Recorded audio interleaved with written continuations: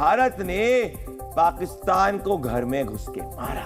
दोस्तों, Pakistan used to हो चुका है एक आतंकी मुल्क जिसको सिर्फ पीटा जाए, घर में घुस के मारा जाए। अब नेक्स्ट कौन है दोस्तों? भारत के खिलाफ चल रहा इंटरनेशनल प्रोपेगेंडा का मैं आज पर्दाफाश करने वाला हूं, जिसका कनेक्शन पाकिस्तान और वहां के आतंकियों से है। दोस्तों, ब्रिटेन के एक अखबार द गार्डियन ने एक खबर छापी है जिसमें पाकिस्तान में 20 आतंकियों की हत्या का आरोप भारत पे लगा है। सबसे पहले इस रिपोर्ट की 5 बड़ी बातें जो है ये मैं आपको बताना चाहता हूं दोस्तों। इसकी जो 5 बड़ी बातें, क्या बड़ी बातें दोस्तों? ये गार्डियन के हिसाब से कहा जा रहा है कि आतंकियों को खत्म करने की रणनीति के तहत हत्याएं हुई, ऐसा गार्डियन कह रहा है। हम डिनाई करते हैं दोस्तों।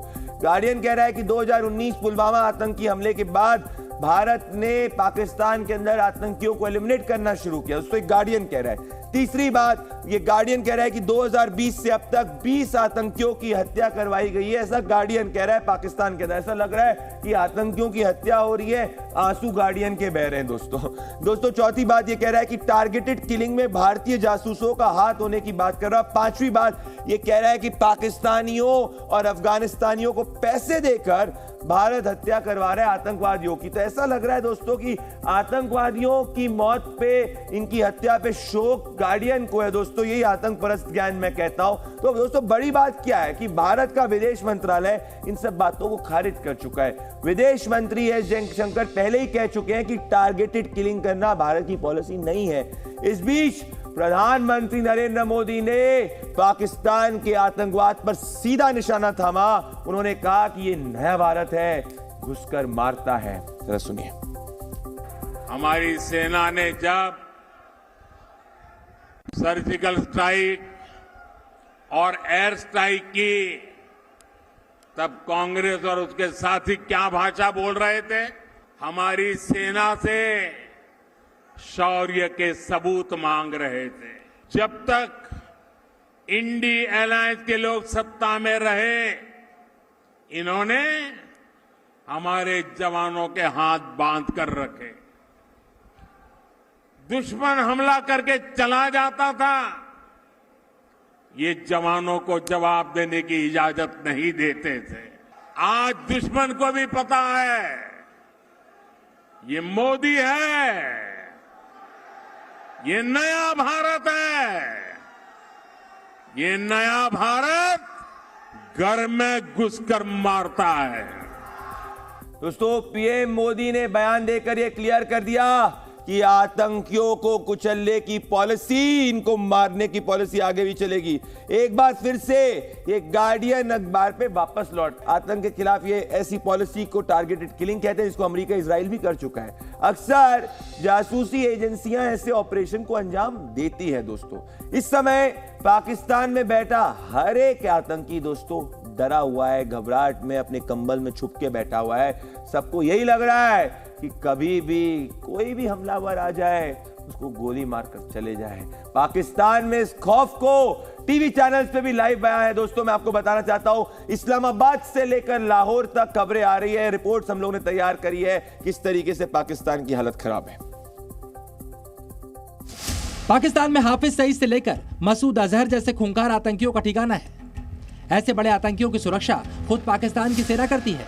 ये सब मिलकर आतंक का पूरा नेटवर्क चलाते हैं। पर अब सीमा पार बैठे आतंकवादियों में डर है। पिछले कुछ सालों से वहां अचानक सरेआम आतंकियों की हत्या हो रही है। इन हत्याओं का कनेक्शन खुद पाकिस्तानियों से ही जुड़ रहा है। पाकिस्तान को अपने आतंकियों से ज्यादा प्यारा और कोई नहीं। पाकिस्तान की सरकार और सेना आतंकी तैयार करने के लिए बाकायदा पैसे खर्च करती है। इनको मारने की खबर पाकिस्तान में राष्ट्रीय बहस बन चुकी है। पाकिस्तानी नेता भी ये खबर सुनकर टेंशन में है और आतंकियों की हत्या से जुड़ी कहानियां टीवी पर सुनाई। एक विदेशी अखबार में खबर छपते ही आतंकियों के मर्डर का मामला पाकिस्तान में हॉट टॉपिक बन गया।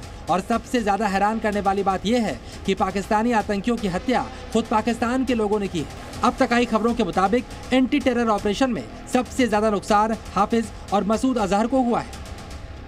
मार्च 2022 से अब तक पाकिस्तान और पीओके में करीब 20 आतंकवादी मारे गए हैं। ये सभी किसी अज्ञात हमलावर की गोली से मारे गए हैं और इनमें ज्यादा लश्कर और जैश के आतंकवादी हैं।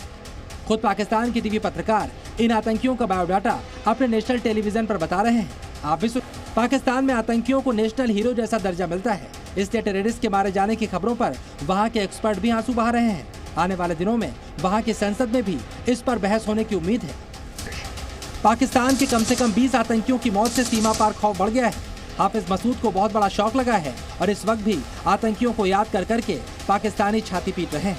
ब्यूरो रिपोर्ट, जी मीडिया। दोस्तों, आपके मन में एक और सवाल होगा कि इस वक्त पाकिस्तान में कौन कौन आंसू बहा रहा है, किस आतंकी संगठन का चीफ जो है उसकी हालत खराब है, किसके गुर्गे खराब है।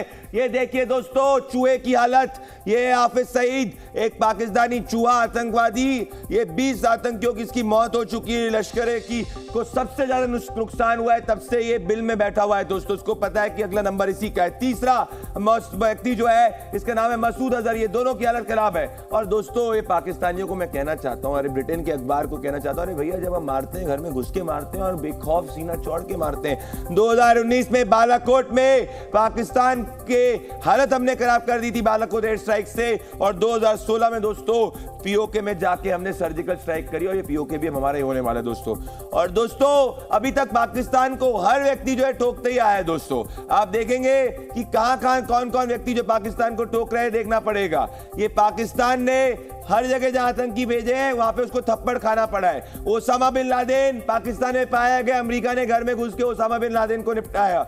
ईरान, उसने पाकिस्तान की हालत खराब की हुई है। अफगानिस्तान, उसने पाकिस्तान की हालत खराब कर रही है। और हमने तो पाकिस्तान के 2 टुकड़े कर दिए दोस्तों। और आज की खबर यह है कि आज भी जम्मू कश्मीर के उरी में एलओसी पर घुसपैठ करने की जो कोशिश करने की गई थी, उसको भी कंप्लीटली फिनिश कर दिया गया था दोस्तों। तो मेरा निष्कर्ष क्या है? मेरा निष्कर्ष सिंपल है दोस्तों। पीएम मोदी के बयान का मतलब है कि पाकिस्तान के खिलाफ घर में घुसकर मारेंगे।